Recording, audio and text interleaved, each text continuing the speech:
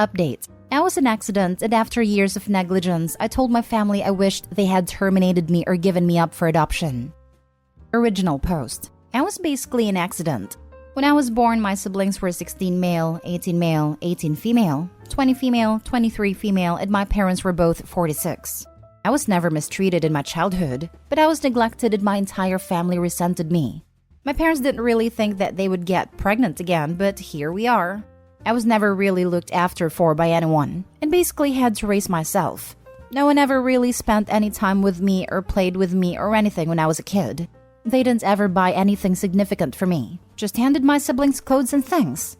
I realized this as I got older, so I focused on myself. My thought process at the time was that there was something wrong with me because my siblings were loved by them. So if I improved myself and did things for them, maybe then they would accept me and love me. I always got the best grades in school. My father was a football enthusiast and played in high school, but I was a basketball lover. But I still dropped it and took up football just to make him proud. I make sure I did all my chores readily, always kept my room clean, but nothing I did was ever enough for them. Like, for example, if I was first in class, my parents would ask me, why didn't I get a higher score? They ignored the percentile but focused on the percentage, and things like that. My siblings or parents never even bothered to show up for a single game. I was never appreciated for what I was, only detested me for what I wasn't. My siblings also did not allow me to hang out with them at any time at all. We celebrated my father's birthday yesterday. I am 16 today. My siblings did not live with us anymore and my mother had to leave early and would not return till later in the evening. So it was just him and me for the day, so I decided to serve him breakfast in his bed just as he woke up. I cooked and bought him a tie for a present. I know it's not the best present, but I was on a budget. Nothing too extravagant because I want to save as much money as possible for college, but it was definitely a smart one. I also cooked lunch for us and took care of all the chores. The most he could come up with was a pathetic thank you, and it was clear he wanted me to leave him alone, so I did just that. We all went out, siblings included, to a dinner, and the way these would go is that they would all have a good time and I would just sit in a corner. This is the case with almost all family dinners we have ever attended. We went back home and I don't know why. I really don't know what triggered it. But for some reason, I just started crying all of a sudden. Maybe it was them being so happy together. I don't know. And when they asked me what happened, I just blew up at them and told them how I felt about my entire childhood. How they never showed me any kind of love and affection among other things. I don't know exactly what I said, but I do remember I ended it by saying that I wish that they had gotten rid of me if they hate me so much. Or could have given me up for adoption so they could all live their lives without me. My eldest sister started to say something, but I just ran up to my room and closed the door. And went to sleep listening to some Hans Zimmer because they just kept knocking at the door. Early this morning, I went out my window and went to a secluded spot that I often go to, usually to play some guitar or just pace around listening to music or just enjoy the sound of nature. I'm sitting down here right now writing this on my phone at 4:30 a.m. and don't know what to do at all. I'm sorry if I just went out on a rant, but this is the first time that I am able to tell my childhood to anyone. Now, how exactly do I tackle this problem? I have pretty much given up on my family and have spent enough of my time trying to please them. Do I still try to form any kind of bond with them? Do I completely drop them off? What exactly is the best thing to do here? Now for the top advice before reading the update. Wow. This actually got me emotional. I can't imagine your pain. You are doing great in school and will soon be going to college. Do you think you can hold it together until then? Once you move out of college, you are on your own, man. Since you told them how you feel, they will try to make you feel better. If it feels genuine to you, go with it. If not, keep strong. Hold to yourself and keep going. Your life is worth living. You have great potential and you will excel. Try to focus on all that you want to accomplish in life now that you are done trying to please your family. Life gets so much better in college. You may even find that you make friends that become like family. Try to live on campus your first year. Being away will give you and your family time to process, and it may even heal your relationship with them. You'll no longer rely on them and will be able to forge your own path. I'd also encourage you to look into therapy once you get to college. Many campuses will offer a counselor for free. It sounds like you've never had anyone to talk to about this, and a therapist can really help validate everything you are feeling and help you process. Our experiences in early childhood can affect us in so many ways, and will no doubt affect the relationships you form with new people as a young adult. Starting to process what your family put you through as soon as possible will set you up to have healthier relationships outside of your family. Start living for yourself and take back your confidence. Rejoin basketball. Get excited about college by ordering the catalogs and envisioning where you might want to live and study. You can shadow careers, which I recommended doing ASAP.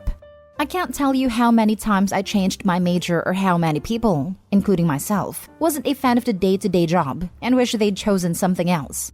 Focus on the future because I don't think your family can make up for 16 years, but I've also found that family gets closer when you move out. Thank you, and I have got a major in mind and have already started applying for colleges.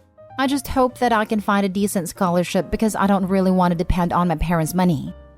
You might also want to look at getting legally emancipated once you are done with high school. Otherwise, the federal financial aid programs will require your parents' income information until you are 25, regardless of whether your parents will contribute. Your student awards are based on the assumption that they will, which means more loan debt that you would have to take on to cover it. Now for the update. First of all, I want to thank everyone for the amount of support that you guys have given. It was really overwhelming, and I can't express in words how much that meant to me. I was reading all the comments and everything till about 11 to 12, then decided to go home to face the family. I arrived home to quite a melancholic environment. As soon as I arrived, the first thing they all did was hug me, which honestly surprised me. This was probably the first time in years they were showing me any kind of affection. They had prepared some food for me, and after I ate, we all had a talk. My oldest nephew, 2 years younger than me, who often reads posts from the sub, saw it and showed it to my sister. They all first of all apologized for the way they treated me. They confirmed that I was an accident and none of them wanted to deal with another baby, and I basically ruined their life plans. They didn't word it this way. They didn't really want to do anything with me, so they just started ignoring me because I never seemed to need anything from them. Their reasoning was that I was always doing great in life. I always did my chores on time, kept my things neat and clean as a kid, always got good grades, never complained about anything, did great in sports, and they just assumed that I never required/wanted anything from them. So they were able to just keep ignoring me and pretend as if I wasn't there basically. They said that this didn't justify their behavior, especially after they read a post. They just wanted to explain their own actions. It just made it easy for them to ignore me. They all asked me to forgive them for alienating me, and they said that they would do their best from now on to make me feel as I was a part of the family. They then wanted to go out and celebrate my birthday, but I was just mentally and physically exhausted. So I just went to sleep, woke up in the evening, and just ended up playing games for the rest of the night and went back to sleep. I don't really know how to feel about this. I thought about it long and hard and decided I'll try to form some kind of bond with them if that's even possible. The one thing I'll do is trying to start to work and live for just myself right now. My priority is getting to college right now, and I'll mainly work towards that. If reconciliation doesn't work out, at least I have a goal and purpose in life to work towards until I get away from here. Thank you so much for helping me and supporting me through all this. If you guys have any further questions, please feel free to ask me, and once again, thank you.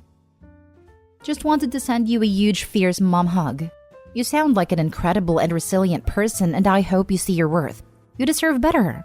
I know you will achieve amazing things. Warmest thoughts and wishes. I wasn't there for your first post, so I just want to say I'm really sorry how things have gone the first 16 years of your life. No child should ever be put in your situation. With them at least admitting their faults, I would heavily suggest you push them to get you some individual, and if you're not comfortable, family therapy. I just want to comment, however, that I really dislike that they gave any sort of reasoning for their behavior past. We were selfish and acted selfishly. Especially when it puts a little of the blame on you. You were just easy to ignore. That is not true no matter how they try and justify it. It doesn't matter how much maintenance you require. A child who is fairly independent and self-sufficient will still get all the love and positive attention they need in a healthy family. The virtue of being your parent should have gotten you the love and attention required. You repeatedly tried to get their attention in a positive way that shouldn't have been needed. Put effort into learning your father's interests, made their birthday special, and many more acts, I'm sure, with no reciprocal acts. It's their own selfishness and only their selfishness that denied you. Please do not take their reasoning comments to heart. What probably ended up happening was your family had a hard look at themselves and thought, holy smokes, how did we let it get this bad? But because they probably don't think they're that bad a person to neglect a child for 16 years, they went with, well, if they truly needed help, we would have given it them. It is rude to say they would have done differently if you had acted differently. It shifts blame from their unacceptable actions to your behavior you did or didn't do. Preach. Of course, they blame it all on you. They're still being selfish and not just rude, but so callous. A teen who's remarkably in touch with his feelings finally pours his heart out to them, and all they can do is victim blame. And what if Opie hadn't been the perfect child? I shudder to think how he would have been treated because their love isn't even conditional. Yikes. Honey, I don't know how to say this in a kind way, so I'm going to just rip the band-aid off. I don't think they're sorry, and I don't think anything will change. My parents didn't want me either, but I was fortunate that my paternal grandparents fought for custody and won. I'm 33 now, and my mother hasn't spoken to me for nearly a year. Haven't heard from my father in about 3 years. They go through these phases, my mom especially, where they're so sorry they were cruel and absent. So sorry. They'll change, they'll do anything. But they never do. Apologies without behavior change are worthless. You do not owe them a place in your life just because they are your biological family. You need to decide what you want your life with, or without, them to look like, what behavior changes you want to see from them, and what you're willing to do if they refuse. I'm sorry, honey, but I just wouldn't put much stock in their response here. I'm definitely not going to be hoping for them to come around, and I am mentally preparing myself in case things don't work out. Basically hoping for the best and preparing for the worst, if that makes any sense. I'm not going to be the one to reach out. The ball is in their court, and this time they will be the ones who will have to make a move. Now for the last story. My dad's male 54 affair has ruined my view on my, female 22, entire family. In April 2021, while my sister, female 28, and mother, female 46, were in our home country for my mom's teeth issues, I was staying home alone with my dad, male 54. I have always loved my family. Despite having a weird gut feeling about my dad, I never knew what it was. I trusted him, but I always felt like something was off. And I think it had definitely something to do with my mother always complaining about his wrongdoings from the past. She never mentioned any cheating though. It was always about him sending money to his parents and not helping her raise us. I remember feeling resentful towards my dad for that reason and hoping they would separate. But she hadn't left him. Because according to her, he is the best father ever, and we're lucky to have a dad like him. But she would still very regularly talk bad about him to us, and tell us she doesn't care how my dad lives his life because she is independent or whatever. Anyways, back to the story. My mom and sister were in sad home country because of my mom's teeth. She got all her teeth removed. She had gum recession, and would have to go back in July to get new teeth. One day, while my dad and I were home, I was cleaning the kitchen and heard him talking on the phone on the balcony. I heard him and was curious who he was talking to because it sounded like an apology to someone. And I was thinking some family member asking him for money again. But then he was saying things like, "Of course I will introduce my children to you. My youngest, me, will finish university this year, so until then I have to financially support her. But I want a life with you. I also want to meet your children. I want to finally live my life the way I want to.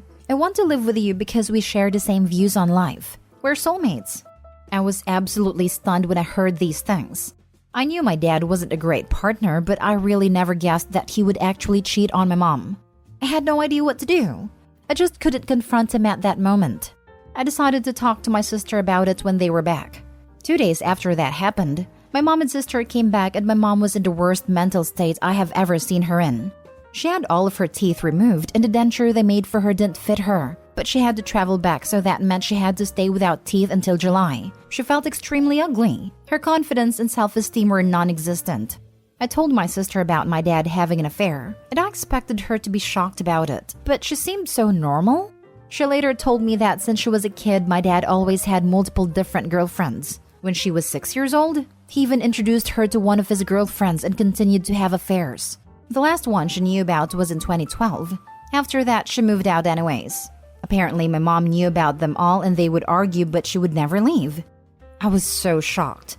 I have lived my entire life not knowing any of that.